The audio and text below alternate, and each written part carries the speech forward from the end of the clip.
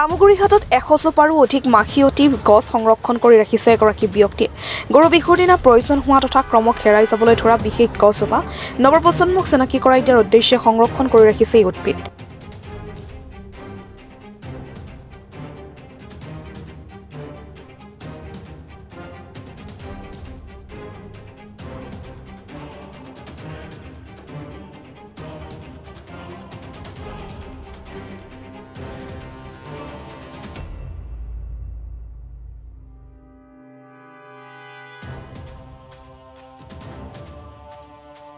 অহাকালি গৰু বিহু। এই গৰু বিহুৰ দিনা প্ৰয়োজন হোৱা এবিধ বিশেষ উদ্ভিদ হ'ল মাখিয়তী গছ। পুৱাই গৰুক নোৱাই থৈ এৰি দিয়াৰ পাছত বিয়লি উভতি অহা ঘৰমুৱা গৰুক এইবিধ উদ্ভিদৰ ডাল পাতেৰে মাখিয়তী মাখিপাত মাখি মাৰো জাক জাক এই বাক্য শাৰীৰে গোধনক কোবাই কোবাই ঘৰলৈ লৈ অনা হয়। গৰু বিহুৰ দিনা অতিকৈ প্ৰয়োজন হোৱা তথা অসমীয়া গ্ৰাম্য সমাজৰ পৰা হেৰাই যোৱা এই গছবিধ হয়তো এতিয়া চিনি নাপায় নতুন প্ৰজন্মই। এটা সময়ত গ্ৰাম্য অঞ্চলৰ বিভিন্ন হাবি তথা জংঘলৰ লগতে মানুহৰ বাৰীৰ পিছফালে থকা এইবিধ গছ সময়ৰ সোঁতত হেৰাই যাবলৈ ধৰিছে।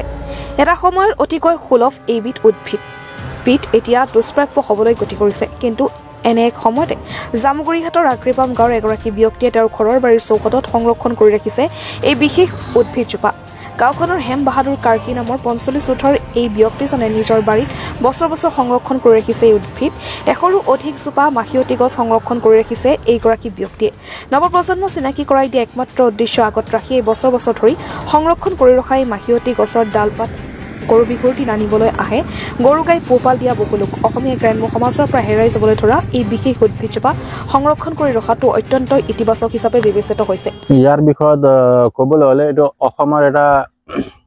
অসমৰ জাতীয় বিহুত এইটো একদম একেবাৰে দৰকাৰী। আৰু আমি যিহেতু কৃষিত মানে জড়িত আছোঁ, যিহেতু আমি গৰু পালন বা অন্য খেতিয়ক, সেই হিচাপত গৰু পালন কৰা লোকসকলে বিশেষকৈ এই বস্তুটো আমি অসমীয়া হৈ আজি এই বস্তুটোৰ মানে গৰুক গা ধুৱাই দি কৰিলে হয়। তো এই বস্তুটোৱে গৰুক গা ধুৱাই দিয়াৰ লগে লগে অলপ মানে গৰুৰ মানে যিবিলাক খুজুলিবিলাক কিছুমানৰ এনেধৰণৰ বেমাৰ ভাল হয় সবিশেষ। আৰু সেইকাৰণে আমি এনেও অসমত হৈ অসমীয়া জাতীয় চিহ্ন বুলি ক'লেও কোনো ভুল নহ'ব। এটা বিহুত দৰকাৰী বস্তু হয়। আমি এই মাখিয়তীৰ খেতি লগাওঁ।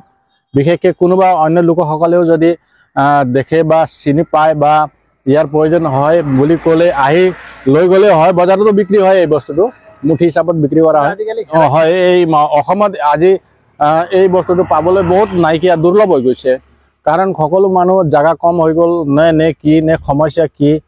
আৰু ইয়াৰ কাৰণে যিটো অক্সিজেন প্ৰভাইড কৰে মাখিয়তী মানে গছে, আৰু সেইকাৰণে আমি মানে ৰাখিছোঁ প্ৰয়োজনীয় মানে তথ্য হিচাপত মানে এই বস্তুটো গৰুৰ কাৰণে একেবাৰে উপযোগী। গৰুক বিহুত গা ধুৱাই দিয়া হয়। প্ৰায় আমি এইটো এতিয়া 7 বছৰ 8 বছৰ লগভগ হৈ গ'ল ইয়াত মানে এই বস্তুটো আমি সংৰক্ষণ কৰা।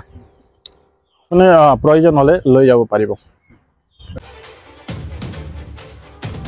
News desk report, the north east times.